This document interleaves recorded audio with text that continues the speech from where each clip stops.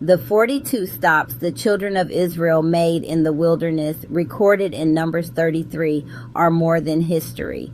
They are a prophetic picture of Christ's redemptive journey with his people. At Ramesses, they left Egypt, just as Christ delivers us from sin's bondage. At Succoth, they began a new life of faith. At Etham, the Lord led them by cloud and fire, just as Christ guides us by his Spirit. At Pi-hahiroth, the Red Sea parted, showing Christ's power to bring us from death to life. At Marah, the bitter waters turned sweet, for Christ makes our bitterness sweet through redemption. At Elim, 12 springs flowed, reminding us that Christ refreshes the weary.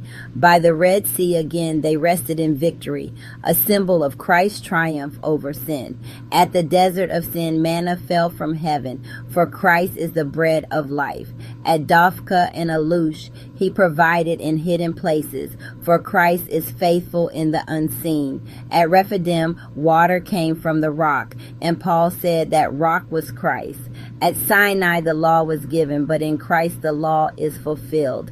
At Kibroth Hattaavah, they hungered for flesh and died, teaching us that only Christ truly satisfies. At Hazeroth, Miriam was struck and healed, for Christ restores what sin destroys.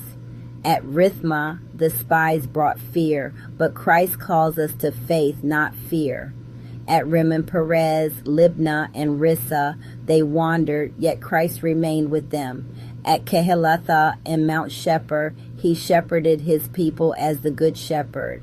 At Haradah, Makaloth, and Tahath, he proved faithful in every test. At Terah and Mithkah, he refreshed them again, for Christ renews our strength. At Hashmonah and Moseroth, he led them onward, for Christ's grace empowers us to endure. At Bene Jaakan, Hor-Haggidgad, and Jotbatha, he guided their steps, for Christ directs our path. At Abrana and Ezion Geber, he remained their covering, for Christ is our refuge. At Kadesh, rebellion brought judgment, but Christ offers mercy. At Mount Hor, Aaron died and the priesthood was transferred, for Christ is our eternal high priest. At Zalmona, Punon, and Oboth, his faithfulness never failed. At Iye Abarim, Dibon Gad, and Almon Diblathaim, he drew them closer to promise.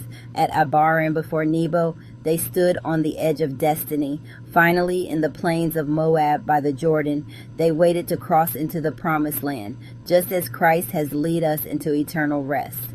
Every stop, every delay, every trial revealed Christ's patience, presence, and purpose.